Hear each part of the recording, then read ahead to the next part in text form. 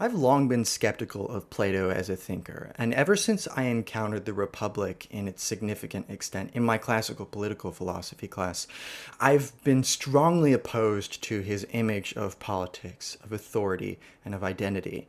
And in this lecture, I would like to, in particular, critique his notion of justice using the metaphor of the body and the well-ordered soul. In the Republic, Plato tries to come up with a theory of the ideal city, which is tripartite. And it's tripartite because it has three classes corresponding to the three parts of the soul. And Plato uses this analogy where he says that just like the body has a number of parts which, just like the soul, cohere together in a way that it comes to form a ordered, unified whole, so too the city must, take advantage of these different class distinctions in order to maintain order and to maintain a coherent conception of a city as an identity, of a distinct entity with an ethos, with a sense of history, with a sense of priorities and valor and virtue. And in this lecture, I would really like to focus on how Plato makes a fundamental ontological blunder when it comes to his conceptions of identity, both in the body and in the city.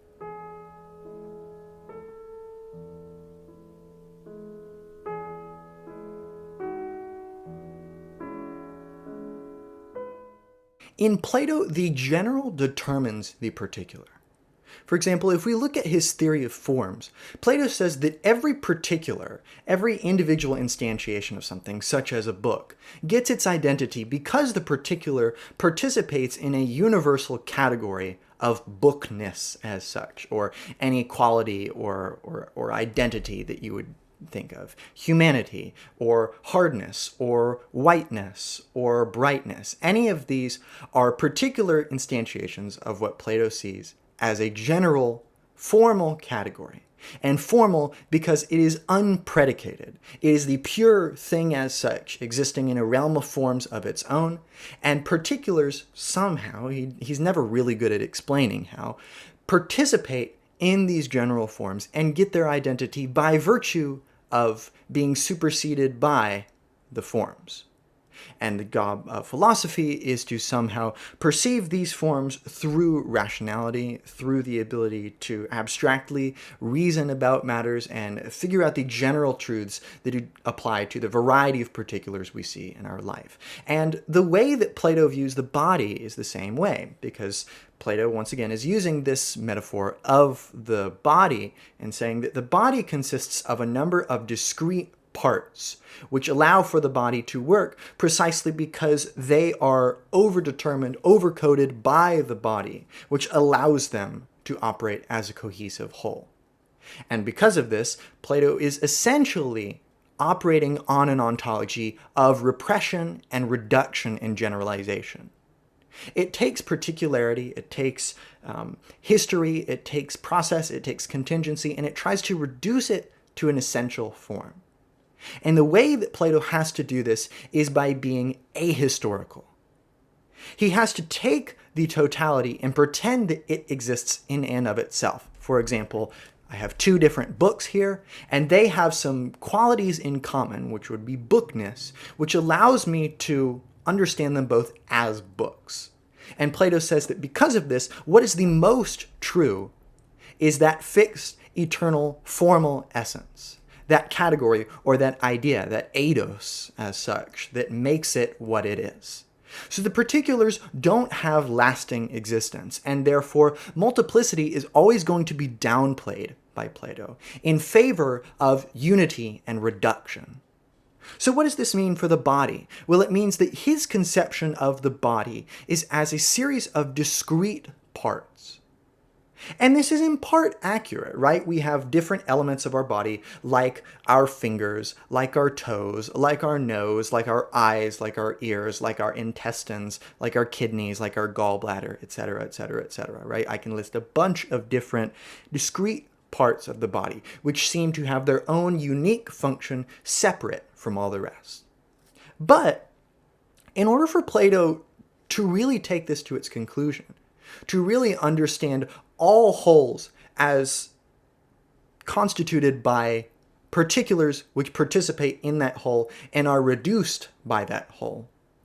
He essentially has to ahistoricize and astructurize all of ontology. What he has to do is he has to disregard, for example, some of the facts that we know about contemporary anatomy and physiology. For example, the theory of endosymbiosis is a theory that understands the development of cells and of organelles as a series of smaller parts which have co-opted together to form a symbiotic relationship. For example, the mitochondria is an example of an organelle which has been produced historically through endosymbiosis. Smaller organelles have come together and they have been absorbed into a common entity, and because their functions align in such a way, rather haphazardly and just by accident, they happen to be able to cohere and provide a survival advantage, and therefore they are able to proliferate throughout history, and this is how we get increasingly complex body plans. And this is very different from what Plato's doing, because what this perspective does is it shows all totalities as liminal, contingent, incomplete, and historical. The current body plan we have is consisting of a series of discrete parts, but discrete parts which have a history, which have developed through time, and which will continue to develop, precisely because they are open and incomplete. For example, the erector pili muscles that allow you to have goosebumps and that make your hair stand up. These are vestigial organs from our ancestors who had a significant amount of hair where this actually had an advantage. It allowed the hair to stand on end and it allowed for thermoregulation. But we have so little hair on our bodies externally that it doesn't really do anything. These erector pili muscles are really just an example of our vestigial relatedness to other hominids. And this is a perfect example of the incompleteness, but also the historically laden nature of the body. That the body is not some totality that is complete in and of itself. But no, it is always testifying to a past, which is its historical referent in a sense, and which really does damage to the idea of the body as a complete whole. And this really does damage to Plato's analogy, precisely because it shows that the city, too, cannot hope to this metaphorical ideality of completion, of unity, precisely because unity is secondary to the multiplicity of history. That over time, things change, and we get the illusion, for example, of our body being complete. But then we look at the various vestigial traits we have. We look at the coccyx, right? We look at the erector pili muscles. We look at the recurrent laryngeal nerve. And we look at all of these examples of the body plan being sort of haphazardly, contingently created through history. And we see that, in fact, the body is not a neat and ordered whole. It is only if we close our eyes or squint. Only if we reduce and eliminate the edge cases which threaten our notions of totality, and we instead reduce the body to a very simplistic, ahistorical, and astructural totality. And astructural because this requires discounting the way by which the discrete parts actually blend into each other and flow into each other and require contextualization by neighbors. That any part of the body is not an island, but rather exists in a continuum, connected by a blood supply, connected by nerves, connected by an endocrine system, right? Connected topographically by the skin, kind of forming a vessel around which the body can function and in which it can function.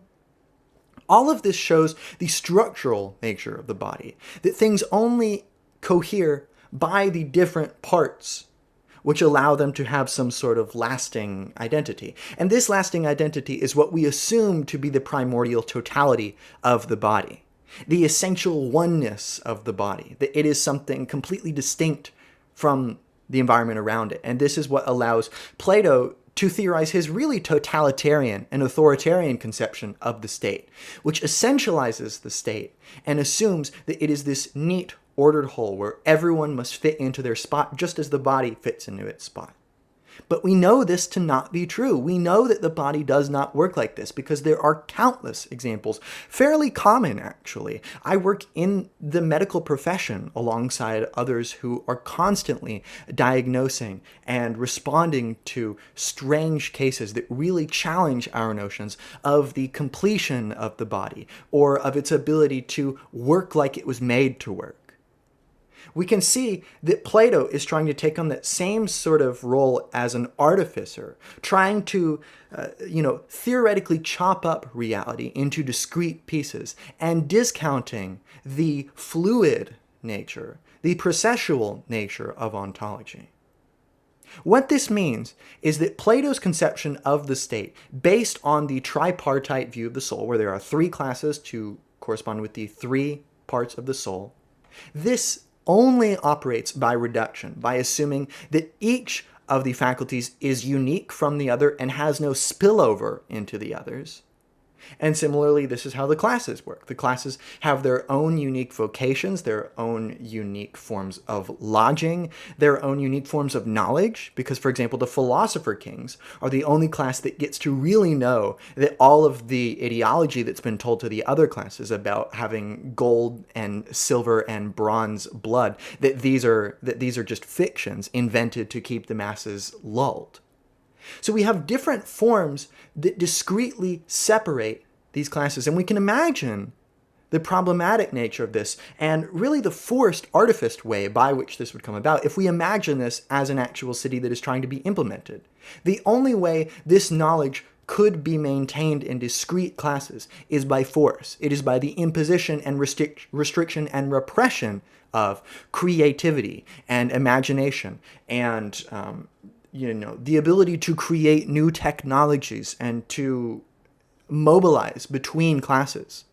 So we can see that Plato's political theory, problematic as it is for so many reasons, is chiefly an ontological blunder, a failure to understand multiplicity, to reduce it to a totality, which is really a fiction, a philosopher's toy in order to really justify the power structures that exist, because this is also reinforcing patriarchy. It's also reinforcing wealth disparities. It's also, supporting class disparities.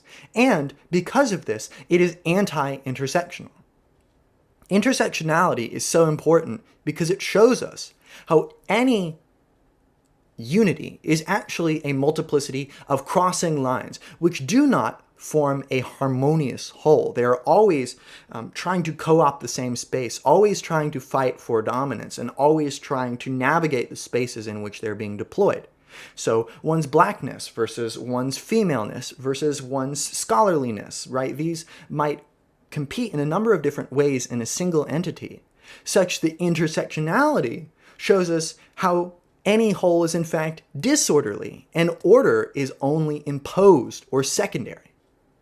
Therefore, Plato is just chopping off a significant amount of the human experience, of reality as such, in order to reduce thought to a sanitized whole that allows power to proliferate as it be, that allows nationalism to be entrenched at the heart of people, and to therefore impose artificial distinctions between classes.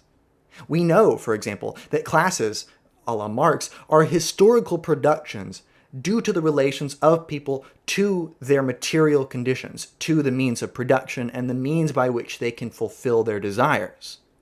So these classes that Plato imposes, he wishes to deny their historicity and pretend that they are eternal, and that they somehow correspond to some immutable aspect of the soul and of the body. But as I've shown, this immutability is precisely a fiction which Plato instantiates to justify his theory.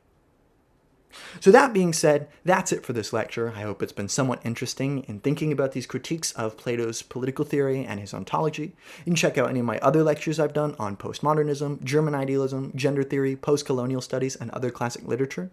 You can also become a channel member for $5 a month and gain access to, among other things, a private philosophy Zoom, which you can tailor to your needs. I also have super thanks if you'd just like to donate to the channel, because it really helps that I can afford the books necessary to even just act as props. No, I do actually read them. But care about yourself first. That's it for this lecture, and I will see you in another one.